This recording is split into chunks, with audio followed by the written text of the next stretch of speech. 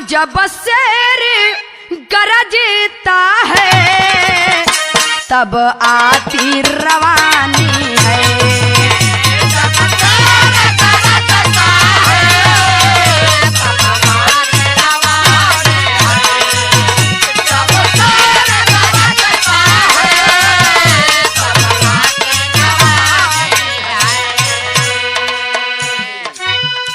जब शेर गरजता है तब आती रवानी है।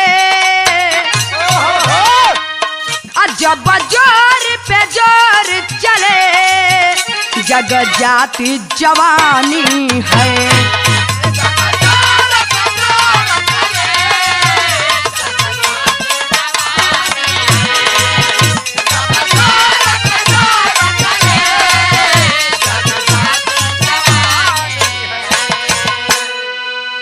चार लाइन कवि जी जौहरी के भाव में लिखले हुए हैं।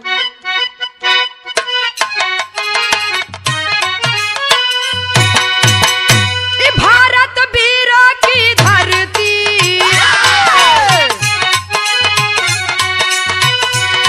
शेरों का जहां घराना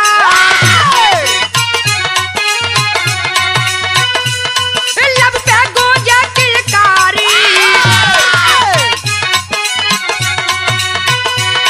वंदे मातरम तराना यूपी की राजधानी प्रयागराज है पावन तहसील फूलपुर में है एक ढकरी गांव सुहावन था उसी गांव में ठाकुर लल्ला सिंह तूफानी जन्मा जिनके एक बेटा शिवपाल सिंह बलशाली।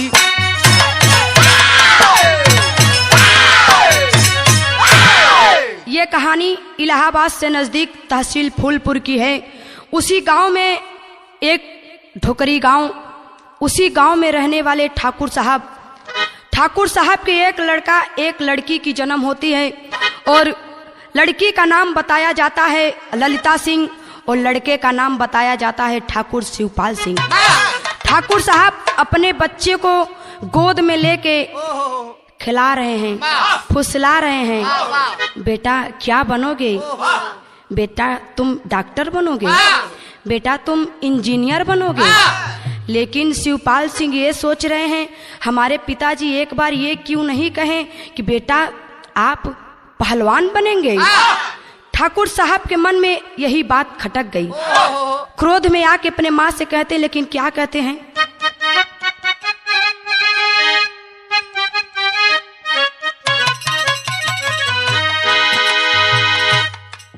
किसी भक्त ने माँ के दरबार में जाके माँ से कहा, क्या कहा? सुनली कि हमनी के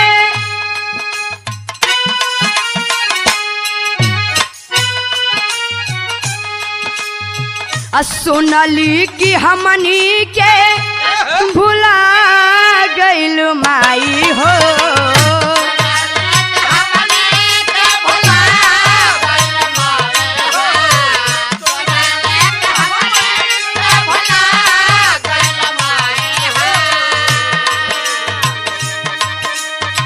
सुनली कि हमनी के भुला गइल माई हो। हंसवा उड़ा के कबले, हंसवा उड़ा के कबले आ गइल माई हो।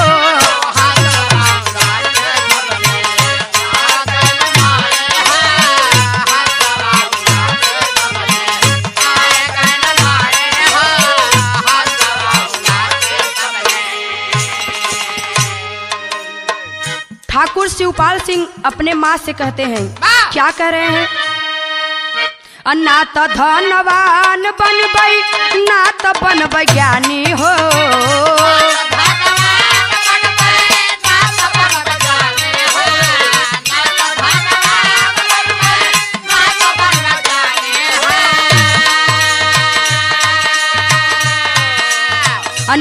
धनवान बनबै औ ना त बनबै ज्ञानी हो। करब ना पढ़ाई माई, करब ना पढ़ाई माई, करब पहलवानी हो।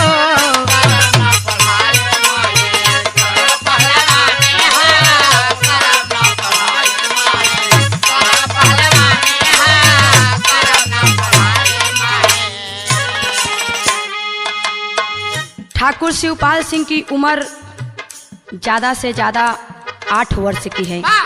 8 वर्ष के उम्र में अपने माँ से कहते हैं, माँ मैं पढ़ाई नहीं करूंगा, लेकिन मैं क्या करूंगा। माँ से कहते हैं,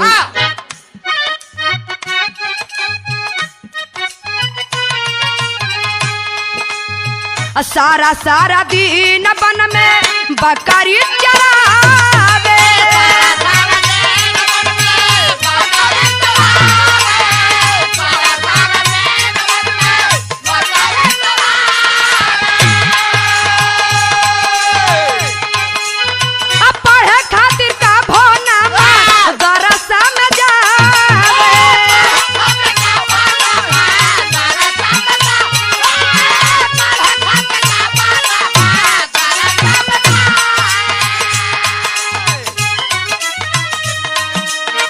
धीरे धीरे बचावा के आई बसयानी हो।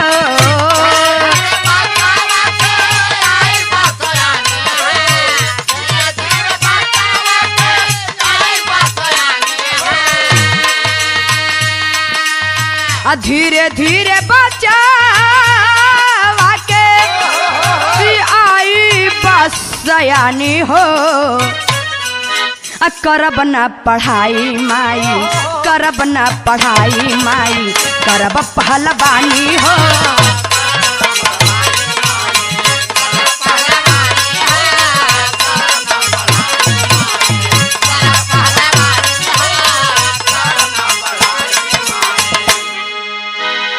ठाकुर शिवपाल सिंह माँ से कह के वन में जाके साथियों के साथ और बहन ललिता के साथ में कुश्ती, पहलवानी, कबड्डी खेलते हैं। लेकिन धीरे धीरे ठाकुर शिवपाल सिंह थोड़ा और बड़े हुए 14 साल के। उस समय कहना है,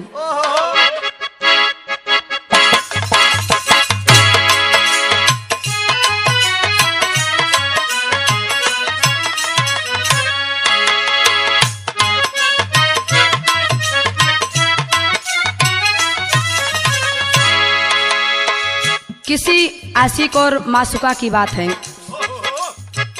तोहरा में बस राजा हमारा परानावा हो।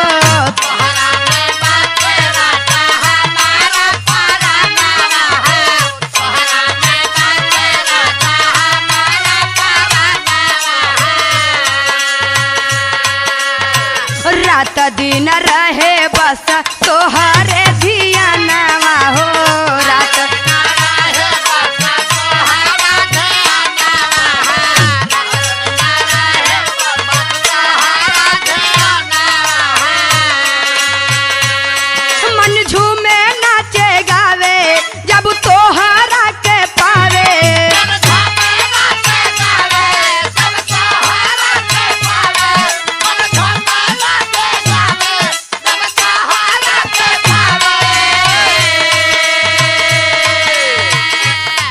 बड़ा नीक लागे राजा तोहरे संघवा हो। हम हई सैया जी के पतरी तिरियावा, पियावा हमार पतरंगवा हो।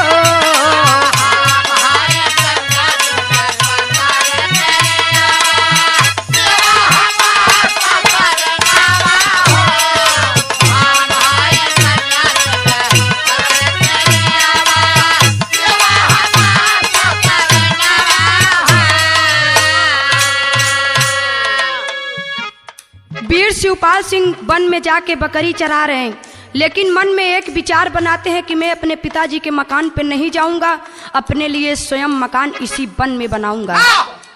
करते क्या है,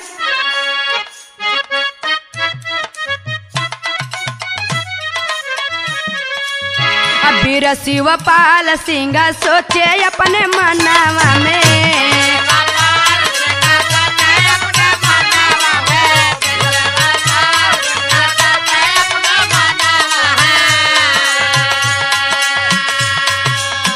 मड़ई में रहब कैसे बीच बिया बनावा हो।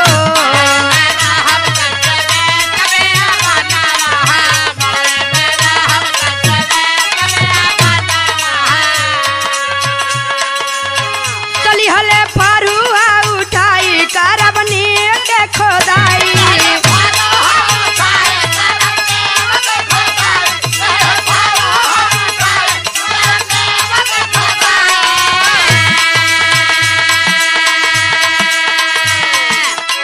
छत्री कुल के वीर बलवनवा हो। अब नाही जाइब हम बाबू के भवनवा, हमहु बनाइबे मकानवा हो।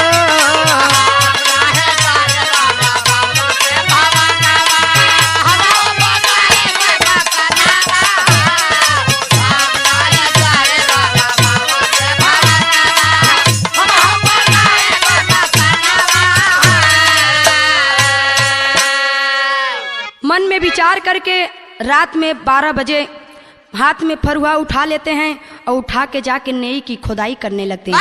लेकिन किस समय करते हैं?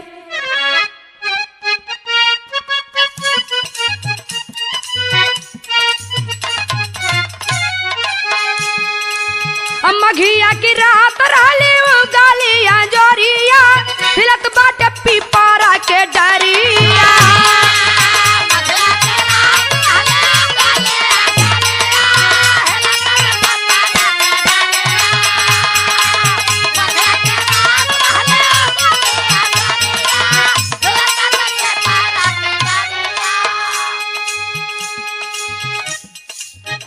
तने में आइला बाटे जोर के तूफानवा, पिपरा से उतरे शैतानवा।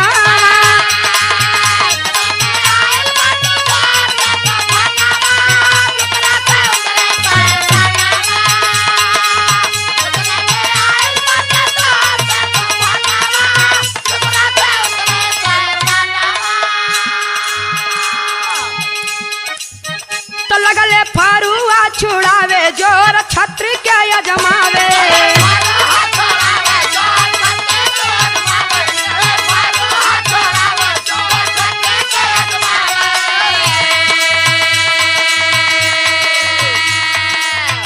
ललिता आइल बाड़ी लाई के भोजनवा हो। अब नाही जाइब हम बाबू के भवनवा, हमहु बनाइबे मकानवा हो।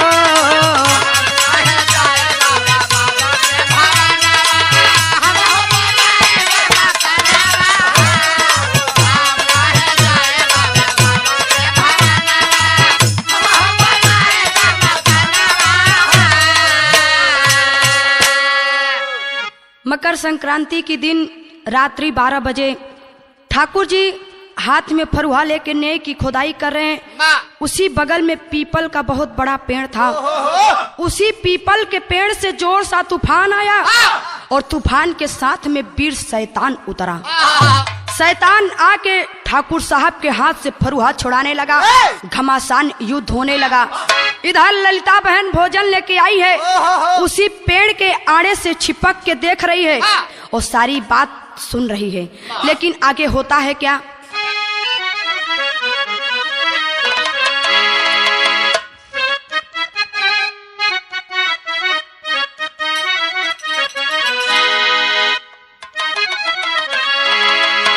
कोनो दुल्हन अपने मरद से कहली है, का कहली है?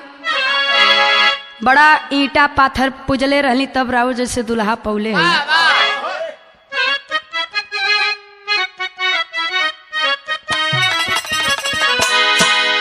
जैसन सोचले रहनी, जैसन सोचले रहनी वैसे ही पियावा मोर बड़ा सावर न गोर बड़ हो।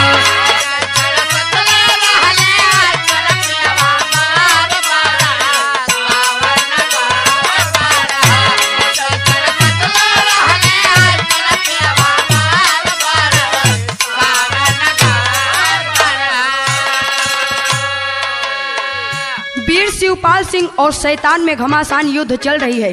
कैसे? तो चपले वीर बघेला, तो चपले वीर बघेला उल्टी मुस्क चढ़ाई के मरले से खूब गिराई के ना।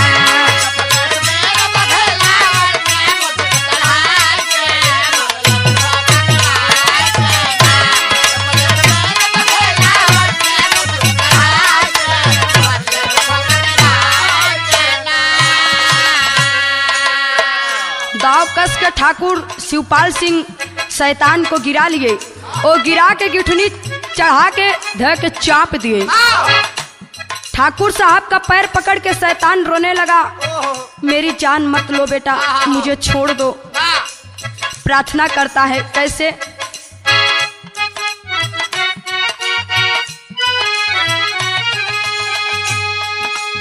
अधई के रोवे लागल ताबा छत्र के चराना,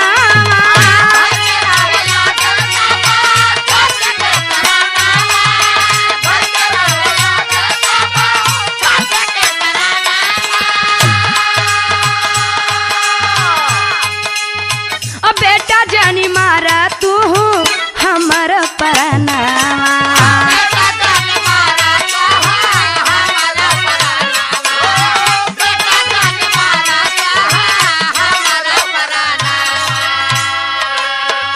तो दिहले लाल निगोटा,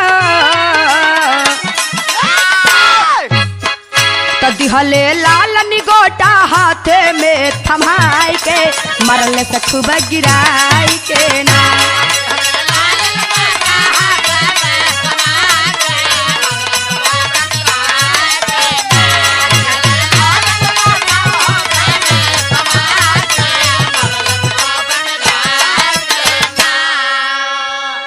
शैतान ठाकुर शिवपाल सिंह का पैर पकड़ के रोने लगा, बेटा मेरी जान मत लो, मेरी जान छोड़ दो।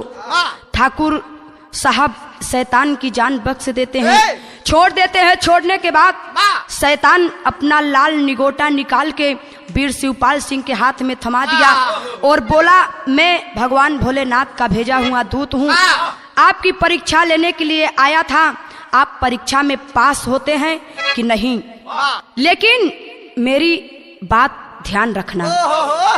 शैतान बताते हैं कि ये बात कभी किसी से बताना नहीं, और ये लाल निगोटा चढ़ा के जिस अखाड़े पे कुश्ती लड़ने के लिए जाओगे कोई कभी हरा नहीं सकेगा। इतना कह के शैतान गायब हो गया। लेकिन इधर पीपल के पेड़ के पीछे ललिता बहन छुपक के सारी बात सुन रही थी और दोनों की कुश्ती देख रही थी। इधर आके ललिता सिंह को जब देखते हैं भाई साहब, बहन को समझाते हैं। क्या समझाते हैं?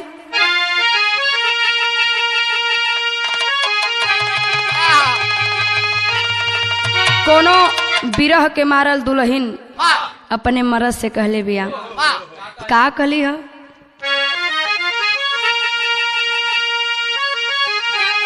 चढ़ली जवनिया के, चढ़ली जवनिया के अब बोला जनी खोला, अब पपीहरा हर के बोला जनी बोला, पपीहरा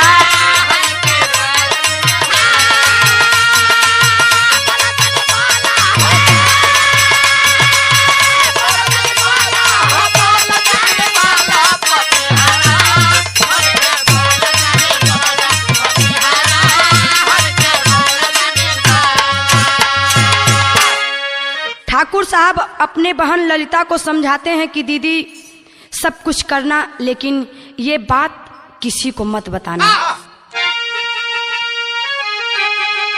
अपने बिरानवा के, अपने बिरानवा के कसम तू खाऊ, अब बहिनिया केहू से भेद जनी बताऊ, बहिनी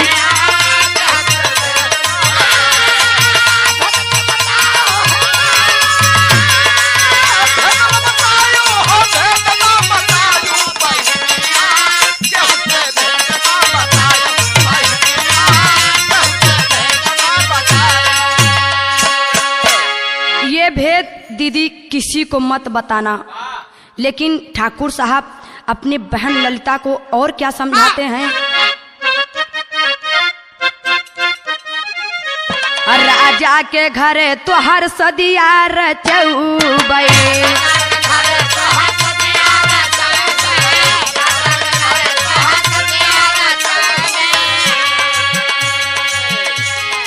अपने हाथे डोली में तोहे बैठौबे।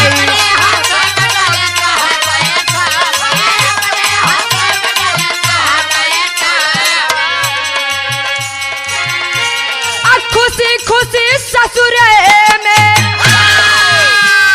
खुशी खुशी ससुरे में जिंदगी बिताऊ बहिनिया, केहू से भेद जिन बताऊ बहिनिया।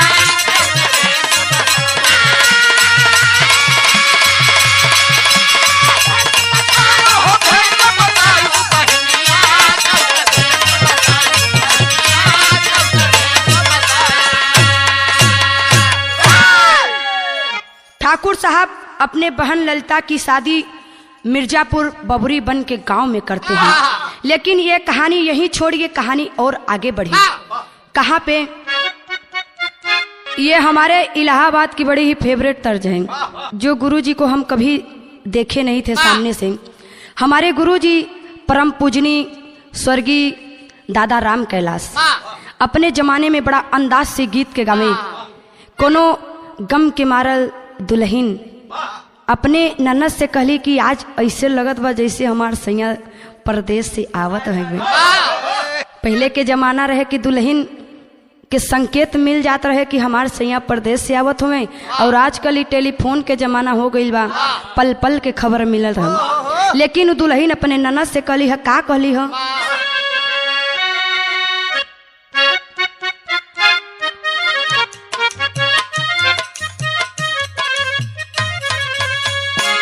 आज बड़े री बोले,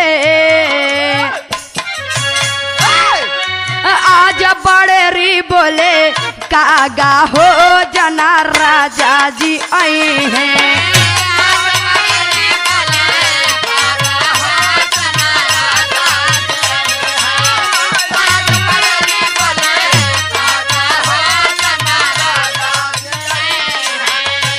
संझवई से मन ना लागत रहे, ऐसे लागत रहे सुबह रही आ जाई है का।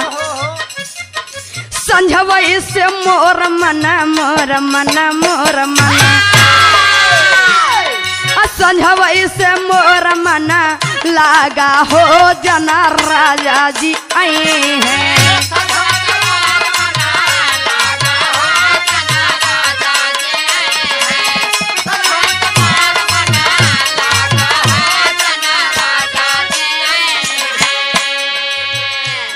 ठाकुर साहब अपने वन में बकरी चरा रहे हैं, लेकिन ठाकुर साहब से मिलने अंग्रेज का चमचा लुट्टन सिंह पंजाबी आता है और आके वन में ठाकुर साहब से कहता है, क्या कहता है?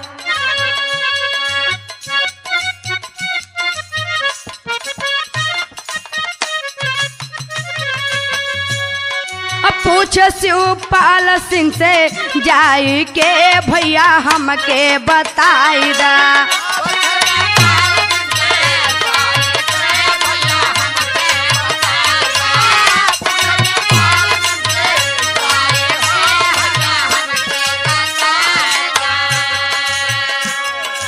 गौआ में तोहरे एक हुए पहलवाना,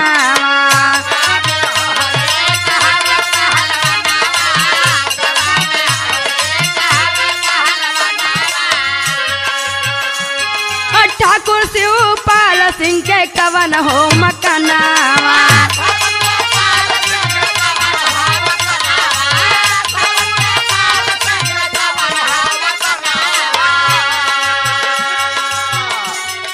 कहे शिवपाल सिंह बोलाई के भैया हमके बताई दा।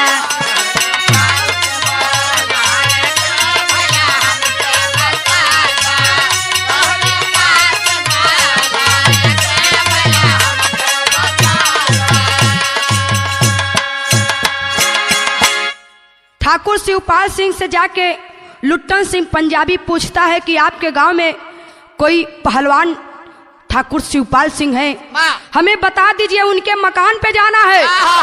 ठाकुर साहब पूछते हैं क्या काम है हमें बताइए, मैं ठाकुर साहब को बुला देता हूँ। कहते हैं नहीं।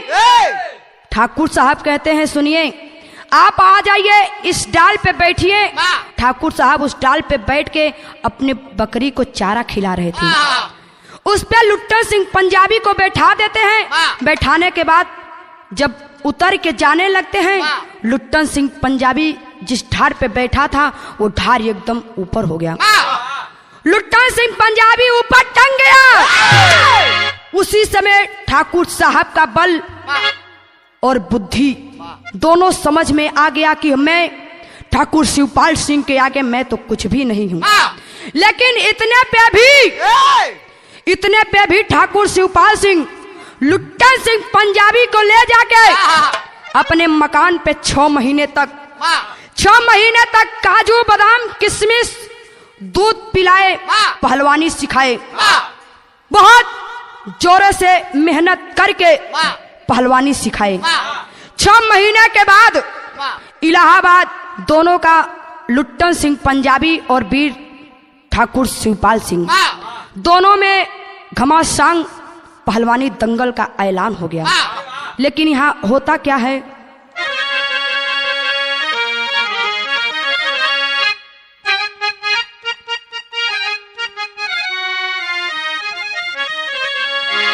कोनो दुल्हन अपने मर्द से कलिए जी सुनो तानी, चली ना हम के हमारे नैहर छोड़ाई। कहले कि ना हम तोहरे नैहर ना जाई। कहले काहे कि वहाँ कोनो गड़बड़ घोटाला है। लेकिन कौन गड़बड़ घोटाला है बतावो हमें। तोरे नैहर में दुई गो यार तोहार संग ना जाइबे।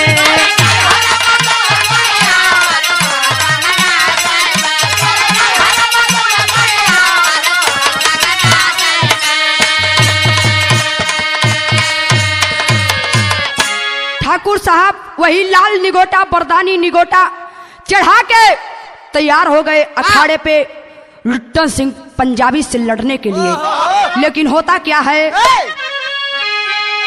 कैसे जाई हमारे देशवा के सान, जवान सीना खोल के चला।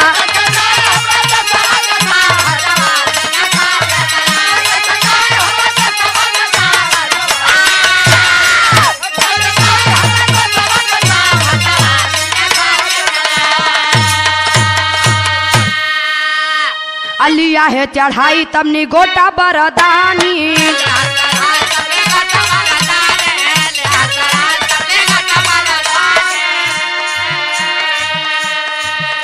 हमारे रियाजत बर राजा हिंदुस्तानी।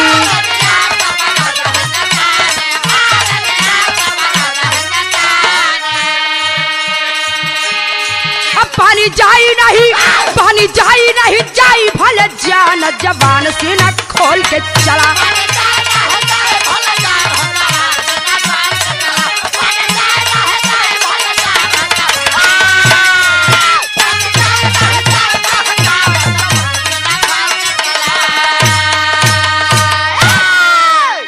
ठाकुर साहब लड़ाई के लिए तैयार हो गए। जान भले ही चली जाएगी लेकिन ये धरती माता की लाज कभी नहीं जाने देंगे। तेरी के भाव में कहना बाटे,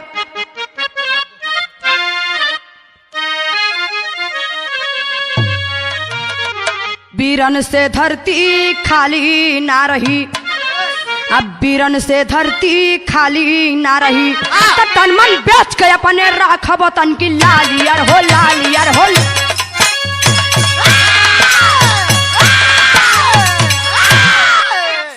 ये हमारे इलाहाबाद की सबसे शुद्ध जो हमारे गुरुजी लोग गा के चले गए, बड़े अंदाज से गाते थे। अल्ले के बजरंग बली का नाम हाथ में हाथ लिया है थाम, आके राम बचावई हमारा पर्दा पानी आना।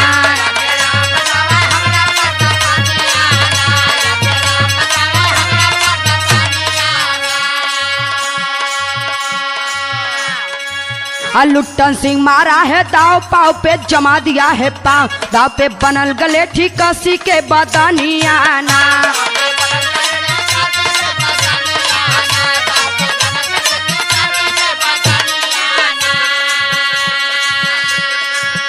कस के मारा धोबी पाट किए शिवपाल सिंह, तब काट टाक के कनखी मारे कसी के चितवनिया ना।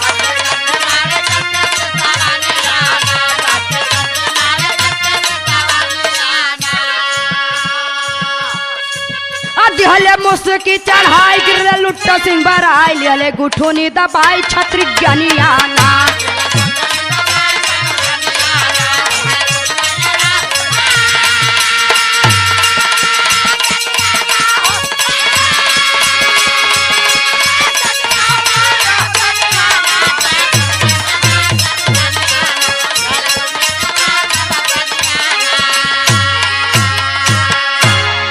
ठाकुर साहब और लुट्टन सिंह पंजाबी में घमासान युद्ध जारी है। वीर शिवपाल सिंह कनखी लगा के लुट्टन सिंह पंजाबी को पटक दिए हैं। पटकने के बाद लुट्टन सिंह पंजाबी को हरा देते हैं। लुट्टन सिंह पंजाबी को हारने के बाद ठाकुर साहब को मिलता क्या है, अंग्रेज के तरफ से ऐलान था कि लुट्टन सिंह पंजाबी को जो भी सदस्य हराएगा उसको 5 गांव और तमाम रुपया पैसा हीरा जवाहरात दे के उसको विदा किया जाएगा। लेकिन लुट्टन सिंह पंजाबी को हराने के बाद कहना है मिर्जापुर चौलरिया के भाव में,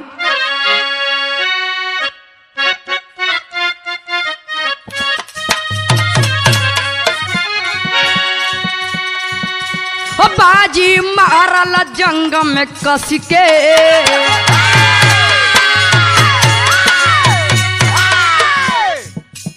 बाजी मारल जंग में कस के, बलवानवा हो जवानवा जाहिर भइले जवानवा।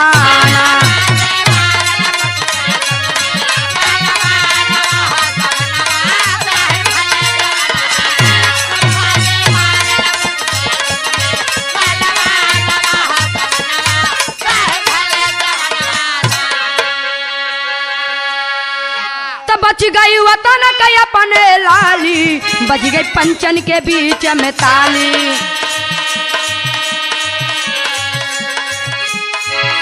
तसम्मुख भैली मई हर बाली, काली सरस्वती महारानी। लहरे ध्वजा तिरंगा बीचे, आसमानवा हो जवानवा जाहिर भइले जवानवा।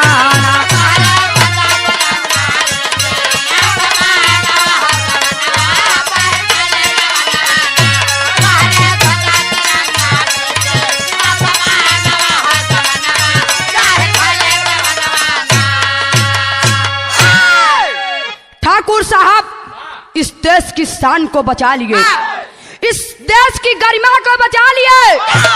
लुट्टन सिंह पंजाबी को हराने के बाद अंग्रेज के तरफ से 5 गांव तमाम रुपया पैसा हीरा जवाहरात ठाकुर साहब को इनाम में मिलता है।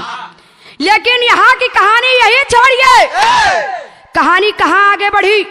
मिर्जापुर बबरी बन के गांव जहाँ पे ललिता बहन की शादी हुई थी, जितना जोश ठाकुर शिवपाल सिंह के शरीर में था उससे कुछ कम ललिता बहन के अंदर नहीं।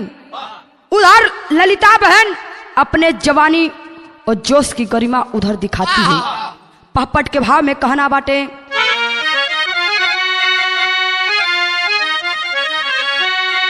अब भेद बतौली पति के जब बहिनिया रनिया धोखे में, अब भेद बतौली पति के जब बहिनिया रनिया धोखे में, तब फंस गई ठाकुर साहब के जवानिया रनिया धोखे में।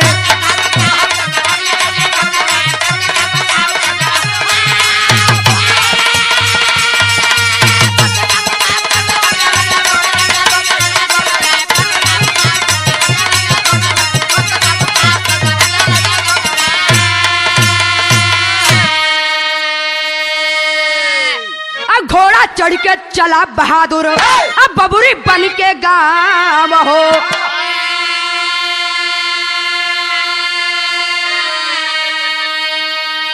दुश्मन बनले बहदोई तब किया करार दाव हो।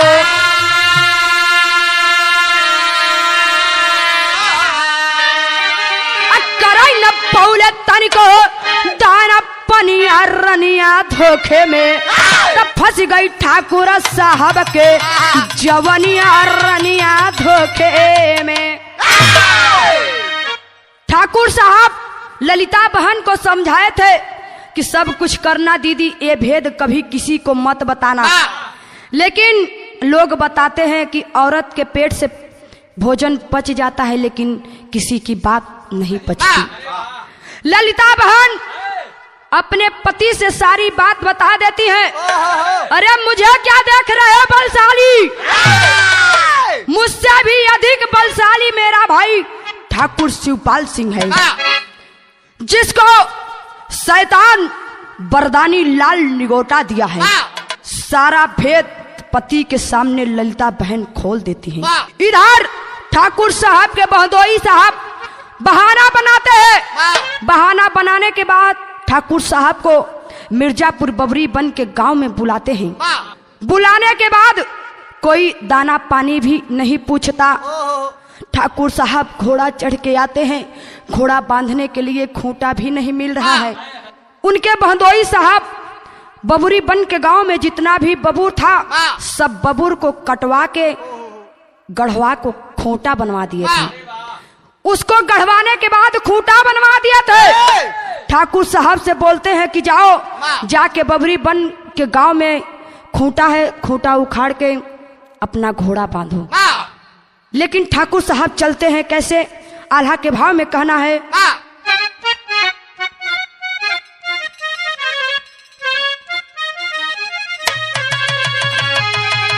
छत्र के सपुतवा कमाल कई दिहले जाई नाही देबई अपने देसावा के साथ।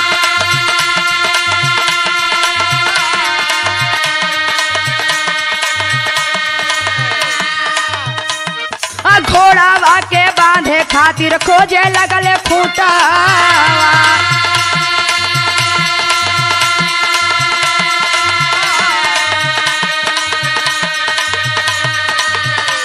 अब बबरी बन के गौआ में खूंटावा देखा।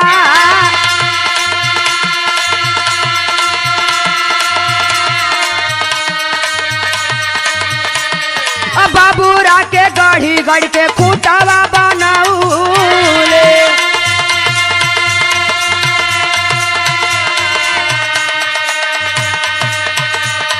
अब बबरी बन के लोगावा बड़े हो बेईमान।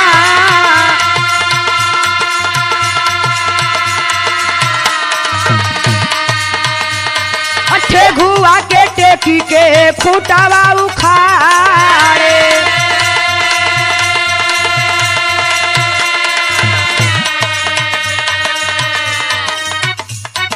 कपाली शरीरिया खून बलबला।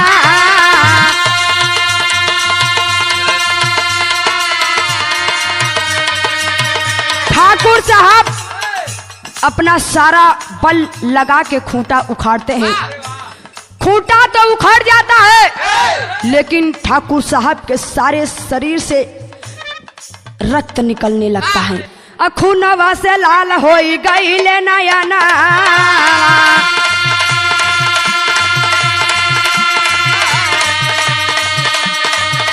अब भाई ले बीमार तब काफी परेशान।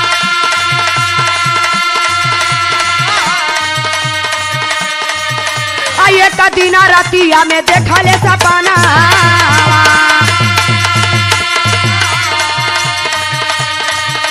आइए तने में आइल बाटे जोरा के तूफान।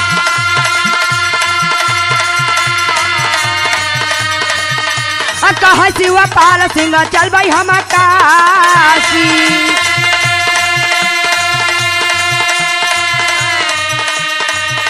अब विश्वनाथ धाम करब गंगा स्नान।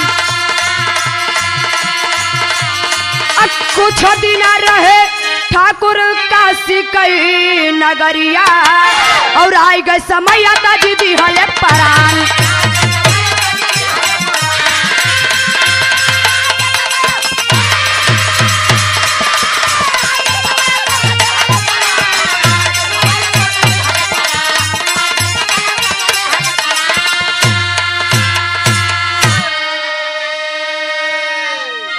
ठाकुर साहब शरीर का पूरा बल लगा के खूंटा उखाड़ते हैं। खूंटा उखाड़ने के बाद घर पे आते हैं, काफी बीमार हो गए। घर वालों से कहते हैं कि मुझे ले चल के काशी नगरी में पहुंचा दो। काशी नगरी में ले आके छोड़ दिए।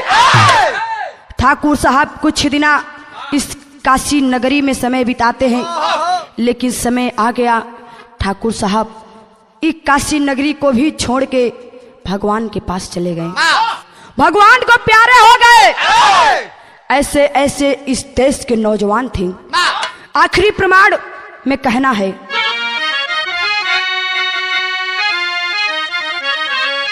अब पौले जवन निगोटा बरदानी बन गई। अब पौले जवन निगोटा बरदानी बन गई, तो जुग जुग गावे खातिर हमारा कहानी बन गई।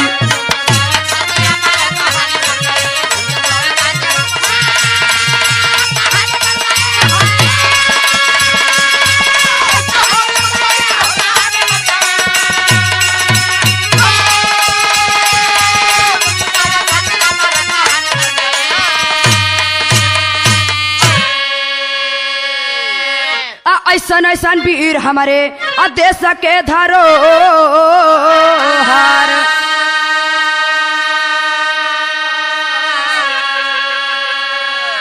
कीर्ति विख्यात बाटे चमके जैसे मोहर।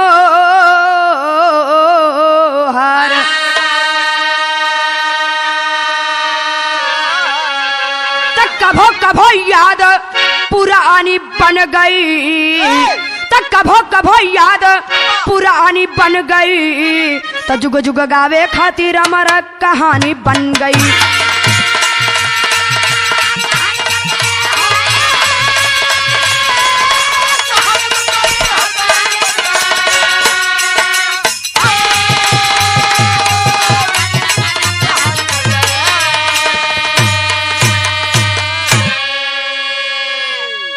ऐसे ऐसे इस देश के धरोहर धरती माता के लाल धरती माता के लिए अपने जान की भी कुर्बानी दे दिए, जान की भी परवाह नहीं किए। इस देश में ऐसे ऐसे नौजवान थे। आखिरी प्रमाण में गुरु घराने का परिचय बाटे।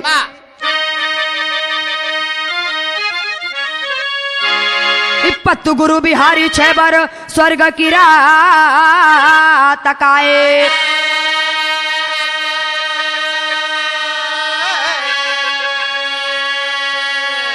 अब बुल्लू सुखनंदन कहे वीरों की गाथा गाए।